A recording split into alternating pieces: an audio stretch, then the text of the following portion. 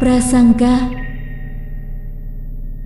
Aku membuka mata, melihat selang infus sudah terpasang di tangan kiri. Kuedarkan pandangan mengamati setiap sudut ruangan. Ayah, ucapku lemah pada ayah yang sedang tertidur di sofa. Ayah, ucapku agak kuat. Ayah pun bangun, segera menghampiriku. Ya, sayang. Ayah, Kila haus. Bentar, sayang. Ayah mengambil sebotol minuman mineral di atas meja kecil, lalu memberikannya padaku. Gimana badannya? Udah enakan? Tanya ayah. Udah gak gatel sama sesak lagi, balasku. Ayah, kata dokter Kila. Kenapa? Tanyaku. Alerginya kambuh. Alergi? Kila gak makan udang kok. Bukan udang, sayang. Antibiotik. Antibiotik?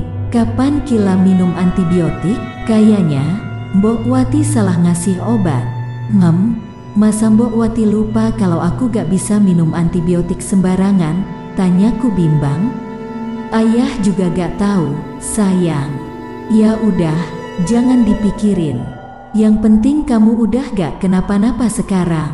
Malam ini istirahat di sini dulu, ya. Besok baru pulang. Aku mengangguk pelan. Ayah kembali duduk di sofa. Sementara aku hanya berbaring sambil menutup mata. Sudah 10 menit lebih berusaha untuk tidur, tapi selalu gagal. Banyak pertanyaan yang terus muncul di benakku. Bagaimana bisa Mbok Wati salah memberi obat? Apa Mbok Wati sengaja melakukannya? Apa Mbok Wati ada hubungannya dengan semua kejadian aneh di rumahku selama ini? Jangan-jangan maksud wanita berambut panjang itu adalah Mbok Wati. Lalu, bagaimana dengan kemenyan? Apa aku harus memberitahu ayah? Pikirku seraya menatap ayah sudah kembali tidur di sofa. Sepertinya dia kelelahan. Aku tidak tega membangunkannya. Esok paginya, 2 orang perawat sudah datang ke kamarku. Yang satu membawakan sarapan, sedangkan satu lagi melepaskan selang infus. Pulang hari ini, ya? Tanya salah satu perawat. Iya, balasku singkat. Kedua perawat itu pergi keluar kamar. Namun, dari tadi aku tidak menemukan ayah. Di mana dia pagi-pagi begini? Tak lama setelah kuhabiskan sarapan, ayah pun datang. Dari mana, ya? Tanyaku saat ayah menutup pintu kamar. Abis urus buat kepulangan kamu. Gimana, gak ada keluhan apa-apa? Gak ada, ya. Tuh lihat sarapan aja sampai bersih. Kalau udah siap, nanti bisa langsung pulang, ucap ayah seraya duduk di sofa. Sebelum pulang, ada pemeriksaan terakhir dari dokter untuk mengecek kondisiku. Setelah semuanya baik-baik saja, baru diizinkan pulang. Ayah, kemenyan itu buat apa ya? Tanyaku saat mobil baru saja meninggalkan rumah sakit. Ada apa nanya begituan? Tanyanya heran. Enggak sih, cuman kemarin aku lihat Mbok Wati bakar kemenyan. Katanya buat pengharum ruangan. Pengharum ruangan? Ayah nampak kaget. Di sini, kemenyan lebih sering dipakai untuk ritual, jelas ayah. Ritual pemanggilan setan? Tanyaku. Tuh kamu tahu, kecurigaanku semakin besar pada Mbok Wati. Nanti ayah tanyain ke Mbok Wati, ucap ayah. Sesampainya di rumah, Mbok Wati sudah berdiri di teras. Lalu, menghampiri mobil yang baru masuk ke halaman depan. Aku membuka pintu mobil. Sudah disambut oleh Mbok Wati. Non Kila udah sehat? Tanya Mbok Wati. Udah, balasku ketus. Kila, masuk dulu. Ayah mau ngomong sama Mbok Wati, ucap ayah. Aku pun menurutinya, masuk ke dalam rumah. Saat masuk kamar, mataku hanya tertuju pada ponsel di atas nakas. Hampir seharian, aku tidak memegang ponsel. Enggak ada yang chat, batinku. Mungkin teman-temanku masih terlalu sibuk liburan. Kukunci kamar, ambil pakaian di lemari, lalu bergegas mandi. Rasanya badan ini lengket setelah seharian belum mandi. Kila, sayup-sayup terdengar suara ayah memanggilku saat sedang mandi. Kumatikan shower. Tok, tok. Kila, panggil ayah lagi. Bentar, ya. Lagi mandi, sahutku kencang. Oke, abis mandi ke kamar ayah. Ya, sahut ayah dari luar kamar. Iya, selesai mandi, bergegas aku ke kamar ayah. Di sana ayah sudah menungguku sembari duduk di kursi pinjatnya. Ada apa, ya? Tanyaku. Ayah mau ngomong sesuatu. Wajahnya tampak serius. Masalah Mbok Wati, tebakku. Iya, jangan dipecat, ayah. Mbok Wati kan udah kerja puluhan tahun di sini. Baru sekali ini ngelakuin kesalahan. Tapi itu fatal, sayang. Kalau kamu kenapa-napa gimana? Sekarang aku gak kenapa-napa kan?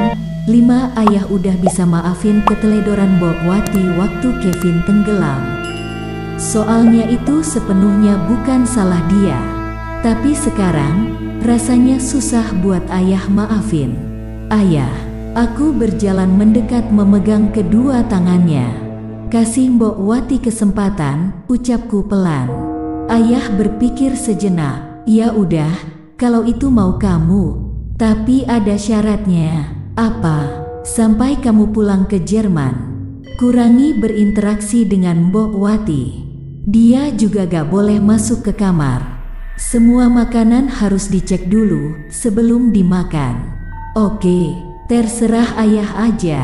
Aku keluar kamar dengan hati jengkel. Walaupun kecurigaanku semakin besar pada Mbok Wati, tapi rasanya tidak tega memperlakukannya seperti itu. Semenjak obrolan itu, aku lebih banyak menghabiskan waktu di dalam kamar. Sesekali menonton televisi di ruang tengah. Semua makanan, dari pagi siang sore, ayah yang mengantarnya ke kamar. Sudah 2 hari ini ayah hanya di rumah saja, menemaniku. Selama itu pula, aku tidak pernah bertegur sapa dengan Mbok Wati. Saat sedang menonton televisi di ruang tengah, aku pernah melihat Mbok Wati berdiri di dekat koridor dapur.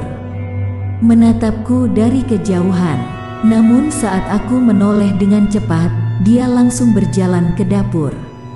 Sampai di hari ketiga, untuk pertama kalinya aku berbicara dengan Mbok Wati. Hari itu, setelah mengantarkan sarapan, ayah meminta izin untuk pergi ke kantor. Sehingga untuk makan siang, Mbok Watilah yang harus mengantarkannya. Tok, tok. Masuk perintahku saat tahu ada yang mengetok pintu. Pintu terbuka. Mbok Wati sudah berdiri di dekatnya sambil membawa makanan untuk makan siang. Ini makan siangnya, Non, ucap Mbok Wati seraya menaruh makanan di atas nakas. Makasih. Mbok Wati berjalan keluar kamar. Mbok, panggilku sebelum dia melangkah keluar kamar. Mbok Wati membalikan badan. Ya, Non, Kila mau ngomong sebentar. Ya, Non. Mbok Wati berdiri di dekat tempat tidur. Mbok, jawab jujur, apa maksudnya bakar kemenyan? Mbok Wati terlihat kaget mendengar pertanyaanku. Untuk pengharum ruangan, Non. Jangan bohong, Mbok. Mbok gak bohong, Non. Ayah bilang itu biasa dipakai untuk ritual pemanggilan setan. Kila juga sempat cari tahu, dan emang bener buat itu. Sekarang Mbok Wati harus bicara jujur. Apa benar Mbok yang mengundang si wanita ular itu ke rumah ini? Kila pernah mimpi tentang itu juga, jelasku. Enggak, Non. Untuk apa Mbok lakuin itu? Iya, mana Kila tahu. Mbok Wati menghela nafas panjang. Apa Non Kila percaya dengan ilmu hitam? Kali ini pertanyaan Mbok Wati yang membuatku terdiam sejenak. Gak. Seseorang sedang berusaha menghancurkan keluarga ini. Maksudnya, apa Non enggak curiga dengan rangkaian peristiwa yang terjadi di rumah ini? Dari masuknya ibu ke rumah sakit sampai sekarang ini, aku curiga kok Mbok kan pelaku. Saat ku lontarkan pertanyaan itu, wajah Mbok Wati terlihat sedih. Air matanya mulai jatuh. Mbok gak mungkin tega ngelakuin semua ini, Non. Mbok sudah ngerawat Non Kila dan Stephen dan Kevin dari masih bayi. Mbok udah anggap Non Kila kayak anak sendiri, balas Mbok terisak. Terus kalau bukan Mbok, siapa lagi? Wanita berambut panjang itu juga berkali-kali bilang usir wanita itu. Selain Kila, cuman ada Mbok Wati di sini. Apa Non Kila percaya dengan ucapannya? Awalnya enggak, tapi sekarang percaya. Ya sudah, kalau Non Kila percaya dengan ucapannya, besok pagi Mbok Wati mau pulang kampung saja. Kenapa harus pergi? Mbok Wati harus buktiin dong kalau bukan pelakunya. Mbok gak perlu buktiin, Non. Karena bukan pelakunya. Suatu hari nanti Non Kila juga bakal tahu siapa pelaku sebenarnya. Mbok Wati meninggalkan kamar. Sementara aku semakin bingung dengan semua ini. Apa selama ini dugaanku salah? Jika bukan Mbok Wati, lalu siapa lagi? Menjelang malam, aku masih berdiam diri di kamar. Ayah belum juga pulang. Sejak tadi, pesanku pun masih belum dibalasnya. Waktu menunjukkan pukul 9 malam, Mbok Wati masih belum datang membawakanku makanan. Apa dia marah padaku? Aku beranjak dari tempat tidur, berjalan menuju pintu. Saat pintu terbuka, bruk, bruk, terdengar suara benda terjatuh, keras sekali. Cepat-cepat kututup pintu dan menguncinya. Berlari, lalu melompat ke atas kasur. Bersembunyi di balik selimut. Ku coba menghubungi ayah, tapi tidak bisa. Selama 2 jam aku bertahan, tetap bersembunyi di balik selimut. Ditemani dengan suara musik dengan volume kencang dari ponselku. Arageh, terdengar suara jeritan. Apa itu suara Mbok Wati? Pikirku seraya mengeluarkan kepala dari balik selimut dan mematikan musik. Arageh, jeritan itu terdengar lagi, sekarang jauh lebih jelas. Duk, duk, duk. Seseorang menggedor pintu kamarku. Non Kila, tolong. Mbok Wati berteriak minta tolong. Non Kila. Aku membuka selimut, berjalan ke arah pintu. Dek, langkahku terhenti. Dari atas langit-langit kamar, wanita berambut panjang itu turun. Lalu, berdiri tepat di depan pintu. Jangan dibuka, ucapnya. Bersambung, makin menarik dan penasaran dengan cerita selanjutnya kan? Terus pantengin channel Asal Gawe. Jangan lupa like, komen, subscribe, dan bagikan, serta tonton video lainnya. Salam sehat dan sukses untuk semua.